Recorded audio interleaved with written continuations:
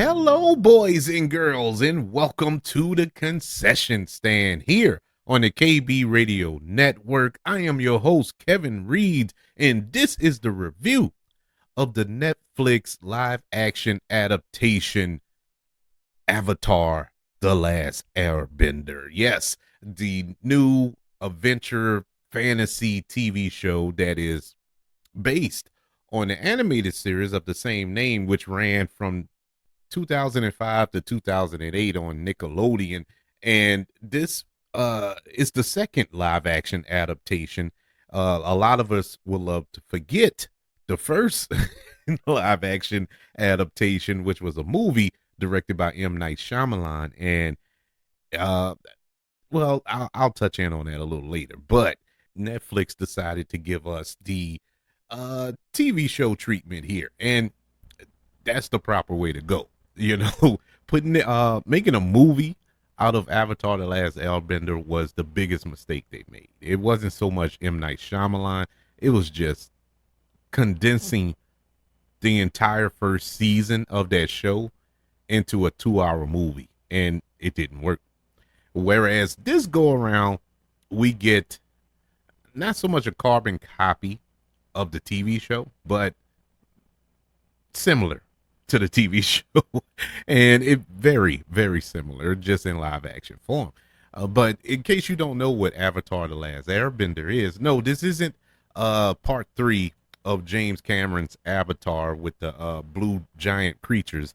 No. This is Avatar: The Last Airbender, which predates those films. But the premise of this show is set in a war-torn world inspired by various Asian and indigenous cultures where certain people can quote unquote bend one of the four classic elements, whether it's water, earth, fire, or air. And we follow Aang, and he is the Avatar and the last living airbender. And he is the bridge between the mortal world and the spirit worlds, and the only one capable of bending all four elements instead of just one like everybody else. That's what makes him the Avatar. And so the Avatar maintains the balance of the world and nature to bring peace. And Aang is now faced with the responsibility of ending the ambitious, militarized Fire Nation from conquering the world. So with his new companions, Katara and Sokka, Aang sets out to master the four elements while being pursued by Prince Zuko, the exiled crown prince of the Fire Nation, who seeks to regain his honor by catching the Avatar. Yes, this is straight from the TV show, the animated TV show. And I was never a big follower of the TV show. I watched it, I eventually watched the whole series, but I wasn't deep into it back in 2005 and on. It took a while. Actually, it took a couple of friends of mine who, gave their glowing recommendation for the show. And I was like, well, it looked kind of kiddie, at that time. I was like, it was all right, but I just, it didn't catch me. And then when I watched it again, because they kept talking about it, I was like, man, what is it about this show? And so watching it, I really got into it, going over it for a second time. I really got into it, and I was like, man, this is very interesting. And so this was prior to the M. Night Shyamalan movie that I watched the show. And so, and at the time, M. Night Shyamalan, he was on the cusp of me just like, I can't take his movies anymore. I was still giving him a chance. He was still good with me at that time, even though there were some kinks in the armor. But I was willing to give him a chance here. Plus, it was something different from what he normally gives, and I was all in. I'm all for filmmakers trying something new. Going out of the comfort zone that they normally operate out of. And so I was all in. And the movie, as much as a lot of people rag on it, I don't think it's as bad as people say. I know that a lot of Avatar purists probably tuned off when I said that, but it's the truth. I don't think it's that bad. Do I think it's a good adaptation of the animated series? No, I don't. It's not. He made some changes in that film that made no sense whatsoever, even though it was pretty accurate with the storyline. It didn't deviate that way. It didn't deviate from character motivations or stuff like that. Everything pretty much stayed the same, but he made changes in that movie that made no sense. Like I said, it wasn't the greatest thing, but I don't think it was that horrible. But people, I mean, I've heard people call it the worst movie they ever seen. I didn't see that. It was entertaining, you know. It was entertaining. Now it was boring throughout, at points, but at other points it was entertaining throughout. Nothing I'll watch again. Nothing that I will ever watch again, but it was entertaining for when I saw it. And so when they announced this live action TV show on Netflix, I was kind of skeptical. I'm like, okay, how many times we gonna go to this well? How many times we gonna, how much milk can we get out of this cow here? Avatar is a good show. It is a really good animated series. I give it that. Tip my hat to it. But to put this much effort into trying to bring this into live action form, it's a task, man, because there's a lot that goes on in this world. And so I was kind of worried about that. Then there's always the whitewashing issue, and which we got in the M. Night Shyamalan film. And so it was scary. And so when they announced the cast and we have Asians and indigenous cultures being represented in the show, I was like, okay, that's good. We getting representation here, proper representation, I should say. And so that's a plus. How are they going to handle the story? Are we going to have some changes? Because anytime you make an adaptation, there's going to be a change. I don't care if it's a novel, comic book, TV show, any type of media that wants to adapt any other type of media is going to be changes. And so I was expecting big changes from this show, and I can say it really didn't make any big changes. Now keep in mind, I said big changes. There were changes made, but they weren't big changes. Like characters and stuff of that nature. Actually, some of the changes they made were actually good for the story. Help move the story along a little better, and I appreciated it for that. A couple of changes in this story, and spoilers, by the way, if because I'm gonna go into story elements here. So if you've never watched Avatar: The Last Airbender, whether it's the movie or the animated series or even this series, I will be going into some spoilers for this Netflix series. So you've been warned going forward. So, one of the changes they made, this show is a little darker than the cartoon. Of course, it was on Nickelodeon. They really couldn't go there, but they go there on a couple of things. Like we see the genocide of the Airbenders. We get to witness those people get set on fire. The monks get set on fire in this show. We didn't get to see that in the TV show, but you heard about it. But here you really feel the weight of it because they show it, and it's so sad.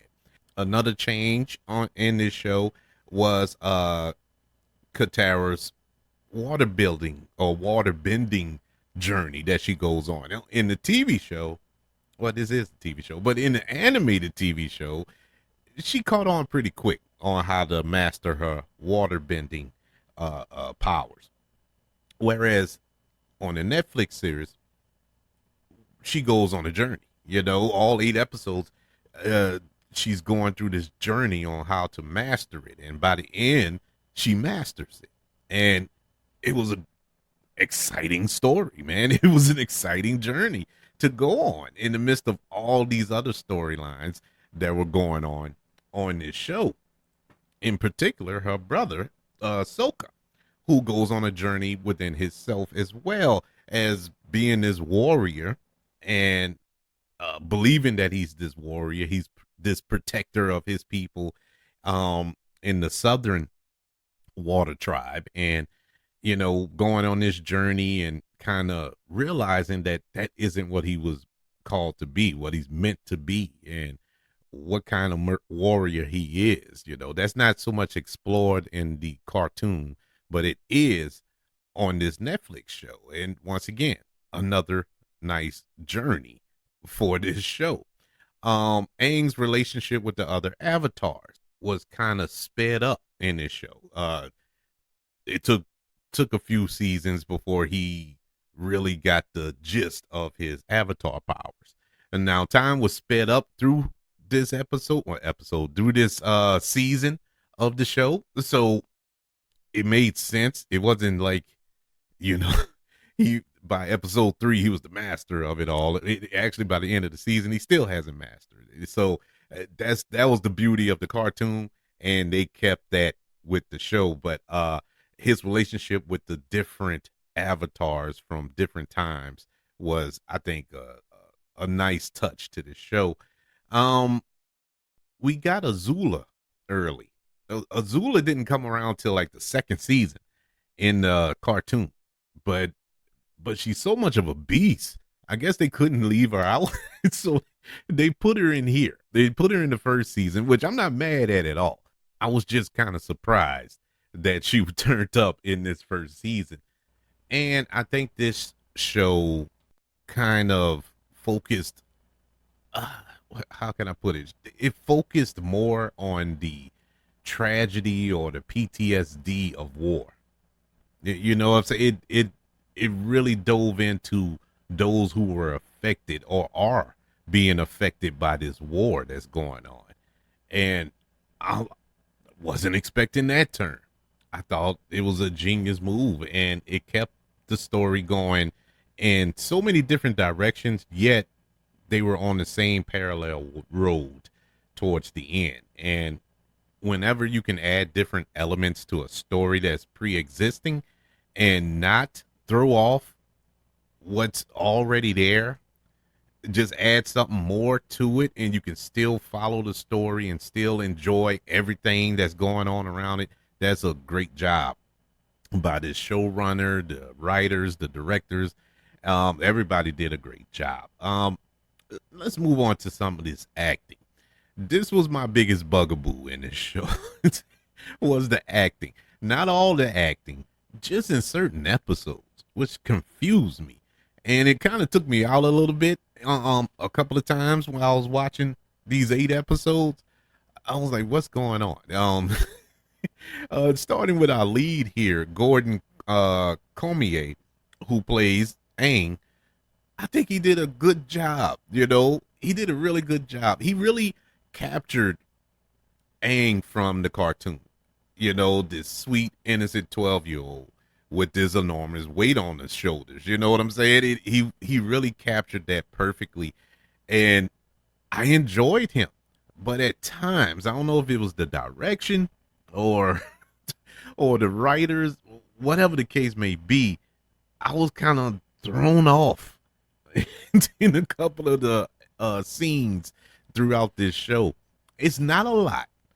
There weren't a lot of them where I was like, oh my God, he's doing horrible. But no, it was like 1 or 2 scenes where it just didn't fit. Now, I can go back to the cartoon, and there were scenes like that in the cartoon. So it's really the style of this character, or the way this character is, I suppose. But like I was saying earlier, they added a little more maturity to this story, with the tragedy of war element, the brutality of it all, the graphic nature of some of the fights. It was kind of mature. And for him to revert to this 12-year-old, nose still running, breath smell like Similac version of Aang, It was kind of weird, and it took me out at times. Now at other times when this happened in the show, it kind of fit the story, but it was times he did it and it didn't quite fit the story, and that was my big thing. That was my only thing. I don't think Gordon Cormier did a bad job. I think he did a great job. I'm excited to see more of him because by the end of it, I was all in on him, and excited to see what's next for this character and him. Everybody else did a pretty good job. Really didn't have any complaints with anybody else. The actor who plays Soka, he was annoying at first. Maybe the first two episodes, it was that character, but that's that character. It wasn't the actor; it was that character because it's the same from the show. He even looked like the guy from the show. I was amazed by it. I was like, man, that's some really good makeup effects. But no, he really looks like he looks like the character. But anywho, after those first two episodes, I started loving him. I really did. I started enjoying. I wanted to see more of his character. I wanted them to explore more of his character, and they did that. And I'm happy for it. I mean, every character here goes on a journey from where they started in episode 1 to where we end up in at the end of episode 8, or different characters. Everybody is different. Everybody has matured or learned something or changed something about themselves. Even the villains, well, the quote unquote villains, um, Zuko and Uncle Oren. But Uncle Oren is, they picked the perfect actor. Paul Sung Lee. He is great. He's been in Star Wars lately. He was in oh my god, what's the name of that show? I'm blanking. But anywho's he was like the heart of I love him. Kim's Convenience. That's what I was thinking of. Kim's Convenience. I like that show. He really, really nailed it here. I mean, to the point where it felt like he was the star of the show. And I'm happy to see him in this role. I don't think anybody else could have played this role as well as he did. The actor who plays Prince Zuko, uh, uh, Dallas Liu, did a good job. Did a good job. Really balanced out this character. Where he was the antagonist. He wasn't the villain. He was the antagonist. But he balanced it out to whereas you can sympathize with him, and at times wanted, to throw a chair at him or something. You know what I'm saying? But he was very sympathetic as a character, but not too sympathetic where he was a pushover. Daniel Day Kim as the Fire Lord. Oh boy, I now that's a villain. That's the villain, and he played it, boy. He was menacing. Just his voice, his presence alone was like intimidating. He really didn't have to speak. Just his presence was so intimidating. I loved it. I loved it. That was perfect casting for Daniel Day Kim. The visual effects in this show. The visual effects were very good. Very good. I Another thing that I was kind of worried about going into this show, what was the budget like? Are they gonna do it right? Because there's a lot of special effects. We talking about air bending, water bending, earth bending, fire bend. I mean, you got to do a lot of bending here. Or are they gonna unbend their wallets and pay up these special effects companies and get do it some justice? You know what I'm saying? But they did. The visual effects look great. There was a couple of maybe a couple of scenes that were kind of choppy there, and I was expecting that. So, of course, it wasn't going to be perfect, but for the most part, it looked great. I love the bending. I love the mixture of the kung fu element with the bending, going back and forth to the spirit world and all that. I thought it looked marvelous.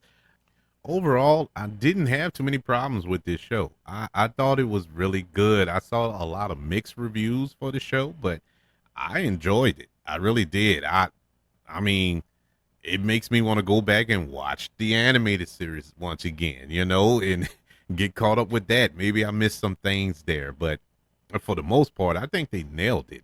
And I'm excited to see going forward if we get a season 2 for Avatar The Last Airbender. If not, this was a good season. I I think they knocked it out the park, me personally. That's why I'm giving Avatar The Last Airbender, currently on Netflix, all 8 episodes, a letter grade of a B plus. Really, really good show, especially if you're a fan of the animated series. I think if you're a fan of the animated series, you shouldn't be disappointed. It would kind of shock me if you don't like it. But if you're not, if you're not a fan of the animated series, well, I shouldn't say not a fan, but never watched it. Watch this. It's just as good. But I will say the animated series is a little better. It's just something about it. Maybe it's the nostalgic of it all, or the I don't know, whatever you want to label it, but it's something about it that makes it just slightly better. But I did enjoy Avatar: The Last Airbender. I would like to know, what did you think of the show? Do you think it pales in comparisons to the animated series? Do you think it's better than the M. Night Shyamalan movie? I think I don't even think that's a. I don't even know why I asked that question. That because I already know the answer. But I would like to know what you felt about the Netflix series Avatar: The Last Airbender. Email the show, kbradiopodcast@gmail.com. You can also look me up on all social media platforms. Just search for the KB Radio Network, as well as the KB Radio Network channel on YouTube. Subscribe and like this video if you don't mind. Don't forget about the 5 stars, the reviews, and sharing this show. If you're listening on Apple Podcasts, Spotify, iHeartRadio, wherever you are currently listening to the concession stand here on the KB Radio Network. Everybody, thank you for joining me for this review of the Netflix series, live action series, I should say, Avatar: The Last Airbender. I want you all to know that I love you. Continue to love one another, and until we speak again, you all be blessed.